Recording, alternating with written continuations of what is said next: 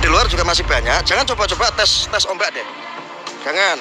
Kita itu ya di sini tuh udah siap. Kalau cuman parang semuanya itu udah siap.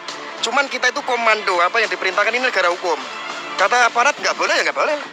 Kita nggak pakai kekerasan. Kalau mau tabayun yang bener gitu loh. Tuh. Ya, ada dari saudara-saudara Patriot Garuda Nusantara, terus dari teman-teman Ansor dan Banser. Makanya nggak usah terprovokasi yang lain, nggak usah bawa-bawa masa, jangan mau ikut terprovokasi. Kalau cuman perang-perangan itu, ini teman-teman semua udah siap parang semua. Cuman kita orang taat hukum nggak melakukan seperti itu. Apalagi ulama-ulama kami nggak mengajarkan seperti itu, ya. Kalau mau tes ombak, dipikir-pikir lain kali, nggak usah kayak begitu, ya. Udah ada komandan-komandan tuh dari Bangka Nusa, dari Ansor, Banser, semua dari semua elemen masyarakat ada semua di sini. Ada para ustadz, para kiai juga ada di sini semua. Tuh. Udah istirahat, ya. Pada waspada terhadap provokasi. Ini ada guru saya juga ada di sini tuh. Bahasa saya ini, ya. Nah, ini komandan-komandan ini. Parangnya pun siap, Pak, parangnya, Pak. Parangnya wis siap, cuman nggak boleh.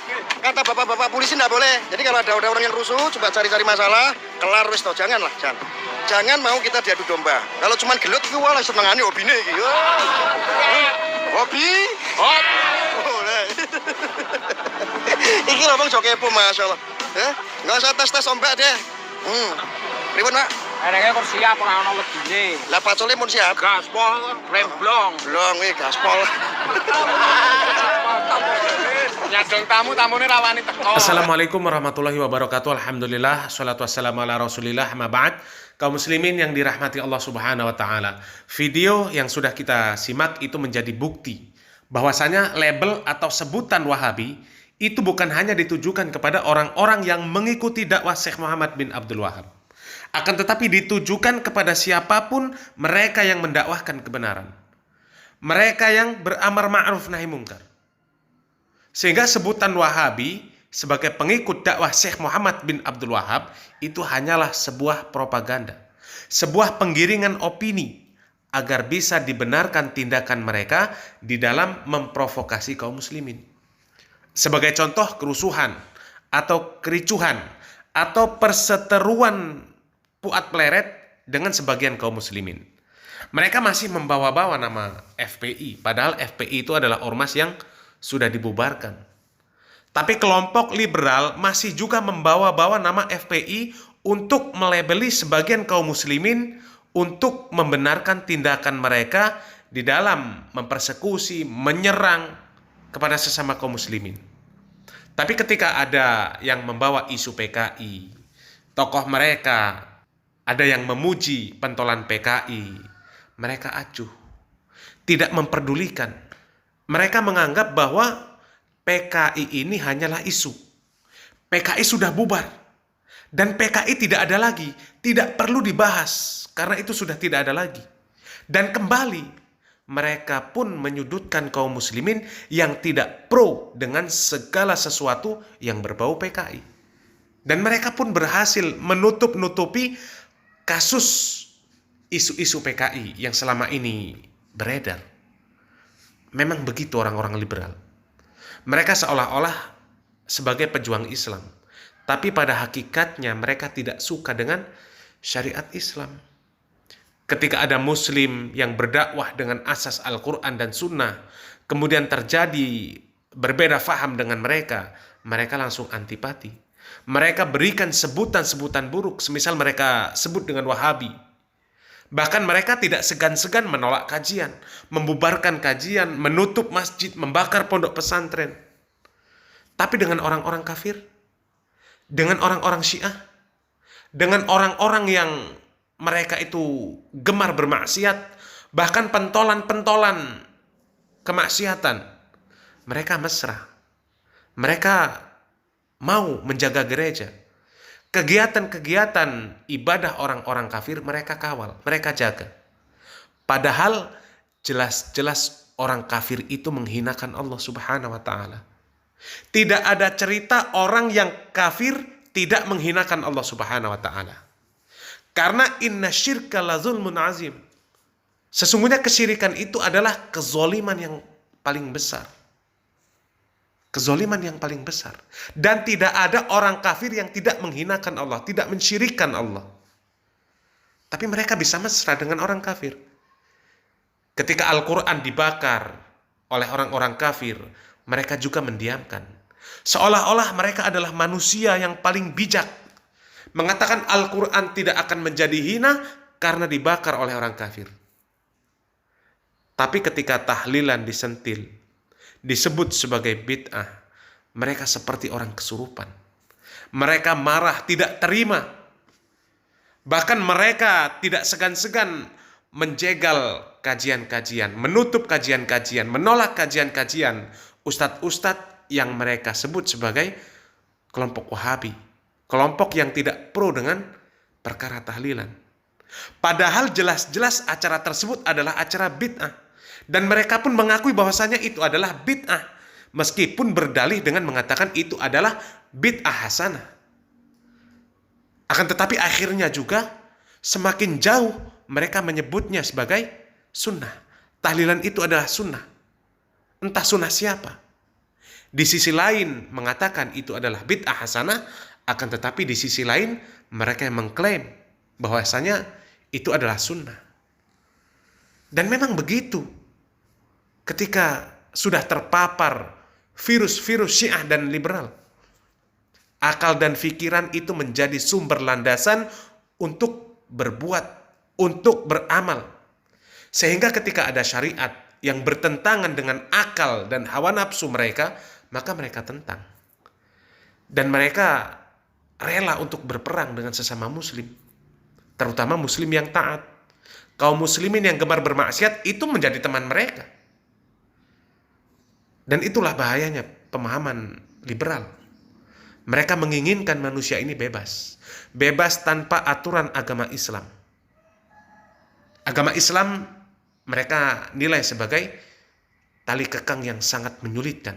Hukum-hukum Islam bagi mereka adalah hukum-hukum yang sangat ekstrim, sangat radikal, tidak manusiawi dan sebagainya. Kita berdoa semoga Allah Subhanahu wa taala menyelamatkan kita dan anak keturunan kita dari pemahaman-pemahaman yang menyimpang seperti itu. Semoga bermanfaat. Barakallahu fikum. Wassalamualaikum warahmatullahi wabarakatuh. Apa maksudnya dulu?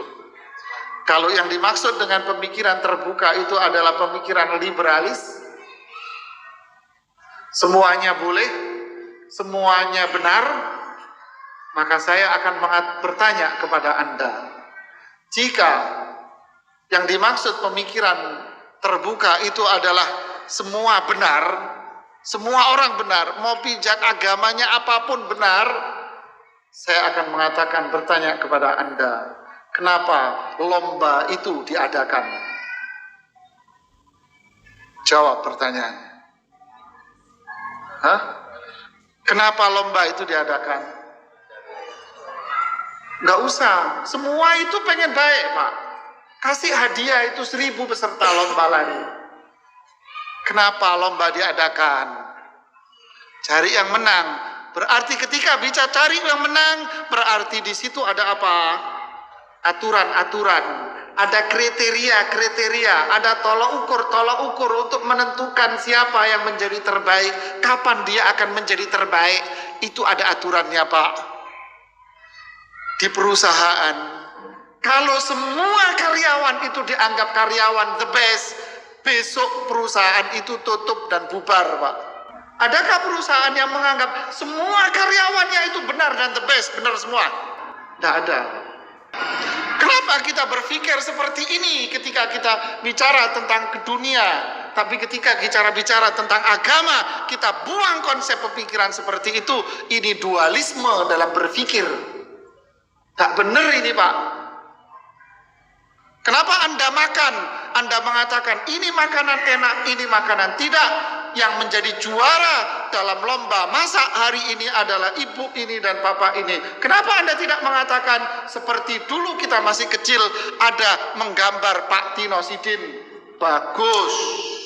Bagus. Kenapa nggak semua begitu, Pak? Ingat dulu ada Pak Tino Sidin, Pak. Hah? Kenapa nggak ada semua, Pak? Bagus. Bagus. Bagus. Kenapa nggak begitu? Kalau semua bagus, nggak usah sekolah. Nggak benar. Lo berpikir dari mana? Logika berpikir apa? Dan contoh-contoh yang banyak. Kemudian, jawaban yang kedua. Kalau yang dimaksud pemikiran terbuka adalah pemikiran libertaris begini. Kalau gitu, ngapain Allah menurunkan, mengutus para nabi dan rasul? Buat apa Allah mengutus nabi dan rasul? Buat apa Allah menurunkan kitab suci? Untuk apa Rasulullah berjuang?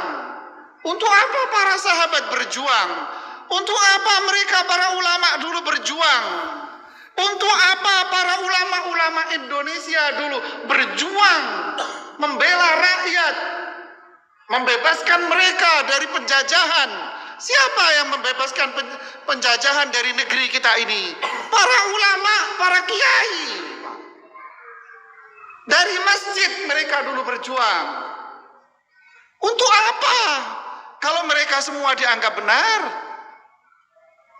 Untuk apa Rasulullah berjuang? Al-Quran diturunkan. Kalau memang semua itu dianggap benar, logika berpikir dari mana?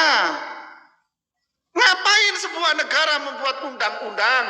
Ngapain sebuah negara membuat lembaga legislatif, lembaga ini, lembaga itu? Buat apa? Buat apa pemerintah membentuk sebuah lembaga hukum? Kalau semua itu akhirnya dianggap benar, buat apa dan buat apa? Kalau toh semua itu adalah kecap nomor 1. Coba berpikir pakai logika akal sehat, jangan pakai berpikir logika setan. Kalau yang berpikir terbuka adalah apa? Menghargai, menghormati orang, menyayangi orang, iya. Saya akan sayangi orang. Jangankan orang, anjing saya sayangi, Pak. Apa? Tuntunan Rasulullah.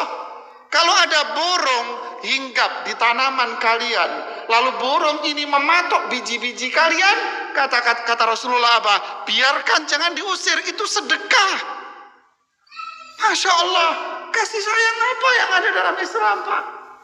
Islam tidak boleh mencela orang, mencaci maki orang, mencibir orang. Orang yang berbuat zina pun tidak boleh dicela di zaman Rasulullah.